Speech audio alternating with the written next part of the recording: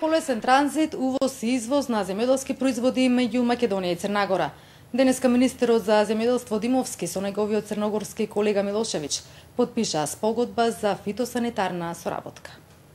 Помалку време за чекање на граничните премини ќе потрошат земјоделците за увоз, транзит и извоз меѓу Македонија и Црна Гора, со што ќе се унапреди агробизнисот на двете земји. Ова го потврдија министрите за земјоделство на Македонија и Црна Гора по потпишувањето на договорот за соработка од областа на фитосанитарната политика. Со спогодбата очекуваме, односно се договоривме да ги интензивираме контактите помеѓу двете надлежни институции во двете држави во делот на фитосанитарната политика. Црна Гора е еден од најголемите увозници на Македонија. Доматот е на прво место. Колку за подсетување, Црна Гора лани увезла 4 милиони прехранбени производи, односно 12 милиони евра, вели црногорскиот министер за земјоделство.